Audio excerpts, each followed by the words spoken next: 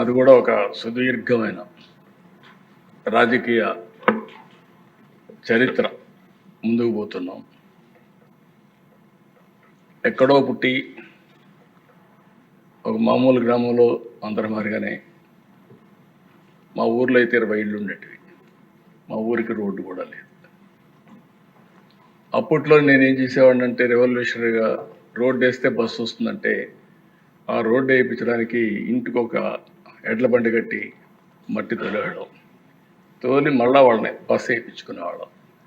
అది ఒకటే బస్సు వచ్చేది. అది ఎప్పుడో తెల్లవారితో వచ్చి మళ్ళా సాయంత్రం వచ్చేది. అలాంటి ఊర్లో పుట్టి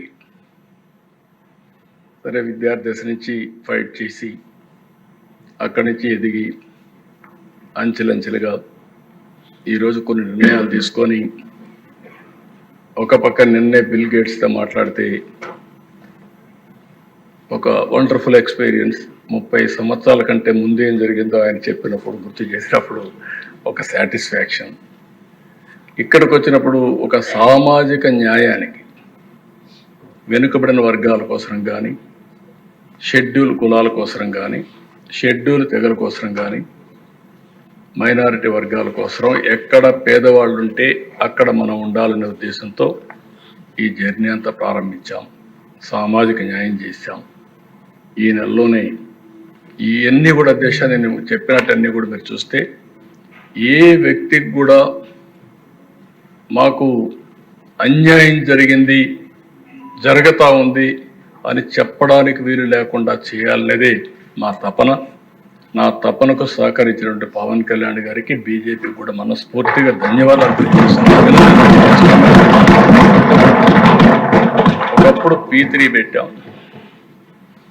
P3 అనేది ప్రభుత్వం ప్రైవేట్ భాగస్వామ్యం, సంపద సృష్టించడం. ఈ సంపద వల్ల ఉపాధి, ఆదాయాన్ని పెంచి ప్రజలకు మెరుగైన వసతులు ఇవ్వడం. ఈరోజు అధ్యక్ష, ఈ నెలలోనే ఇంకొక కార్యక్రమం ఇక్కడ వచ్చింది కూడా చెప్తున్నాం. P4 తీసుకొస్తున్నాం. తెలుగు నూతన సంవత్సరం ఉగాది రోజున ప్రభుత్వం P4, ప్రభుత్వం ప్రైవేట్ ప్రజలు భాగస్వామ్యం. సమాజంలో మనకు 1,70,00,000 కుటుంబాలు ఉన్నాయి. నేను ఒక పిలిపిచ్చాను. హై నెట్వర్త్ ఇండివిజువల్స్, బాగా డబ్బులుండే టాప్ 10% ఫ్యామిలీస్, బాటమ్ 20% ఫ్యామిలీస్ని అడాప్ట్ చేసుకోమని, మెంటర్ చేయమని. వాళ్లకు సమాజం ఈ శక్తి ఇచ్చింది. ఈరోజు వాళ్ళు కూడా ఎక్కడి నుంచో రాలేదు. ఇప్పుడు నేను ఈ స్థాయికి వచ్చానంటే అంచెలంచెలుగా ఎవరిచ్చారు దేశ నాకు ఈ అవకాశం? ఈ రాష్ట్రంలో ఉండే ప్రజలు ఇచ్చారు, సమాజం ఇచ్చింది.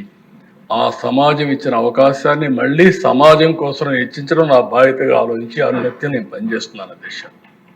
అందుకే ఈ సందర్భంగా ఒక పిలిపించాను నేను.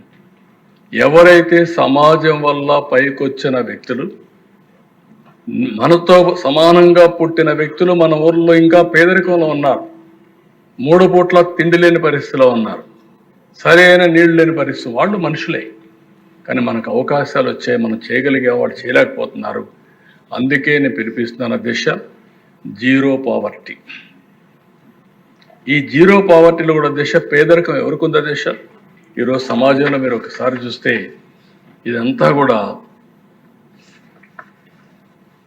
జీరో పావర్టీ అనేది ఈ పేదవాళ్ళకే ఉంది. అందులో ఎక్కువ ఎవరున్నారు? ఎస్సీస్లో ఉన్నారు, బీసీస్లో ఉన్నారు, గిరిజనుల్లో ఉన్నారు, మైనారిటీస్లో ఉన్నారు, అగ్రవర్ణాల్లో కూడా ఉన్నారు. అందుకని అధ్యక్ష, 20% ఫ్యామిలీస్ అంటే 30 లక్షల కుటుంబాలు ఉంటారు. P4 కింద అడాప్ట్ చేసుకుంటాం. గవర్నమెంట్ ఇవ్వాల్సింది ఫోకస్ చేస్తాం. టెక్నాలజీ మెచ్యూరిటీ వచ్చింది. మ్యాక్రో లెవెల్లో రాష్ట్ర స్థాయిలో ప్లానింగ్ చేయొచ్చు, క్షేత్రస్థాయిలో ప్రతి ఒక్క ఇంటిని ఫోకస్ చేయొచ్చు. అది వాళ్ళు అడాప్ట్ చేసుకున్న వ్యక్తులు కూడా పెట్టి మెంటరింగ్, వాళ్ళు చేయాల్సింది వాళ్ళకు ఆర్థిక సహాయం, టైమ్లీ హెల్ప్, ఒక short term, medium term, long term goals పెట్టుకొని వీళ్ళు కానీ మానిటర్ చేయగలిగితే ఇది అసాధ్యం కాదు. ఈరోజు ఒక విధంగా ఆలోచిస్తే ఒక ఇంపార్టెంట్ డే.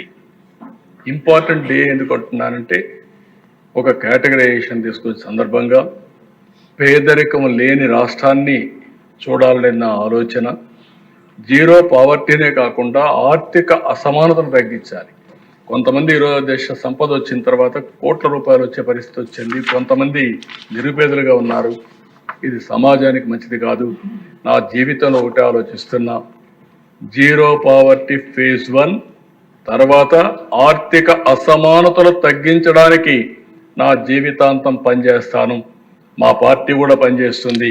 ఎన్డీఏ కూడా పూర్తిగా ఆ దిశగా ముందుకు పోతామని మీ అందరికీ హామీ ఇస్తున్నా. ఆ దిశగా ముందుకు పోతాం. అదే సమయంలో అధ్యక్ష, ఈరోజు ఇక్కడికి వచ్చినప్పుడు కోస్తా జిల్లాలో తూర్పు కాపులకు కుల సర్టిఫికెట్ ఇవ్వడం లేదని చెప్పి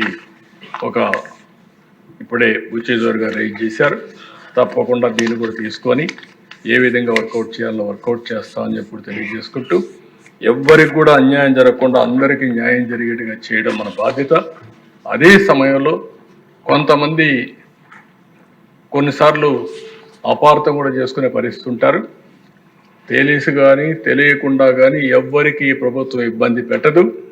అదే సమయంలో సామాజిక న్యాయం చేయడానికి మాత్రం 100% కాదు 1000% కమిటెడ్గా పనిచేస్తామని మరొకసారి తెలియజేసుకుంటూ, ఈరోజు ఈ అవకాశాన్ని ఇచ్చిన మీకు మిత్రులందరికీ కూడా మనస్ఫూర్తిగా అభినందిస్తూ, ప్రత్యేకంగా జనసేన అధినేత పవన్ కళ్యాణ్ గారికి, బీజేపీ నాయకులకి, ప్రధానమంత్రి గారికి అందరికీ ధన్యవాదాలు తెలియజేసుకుంటూ సెలవు తీసుకుంటాను.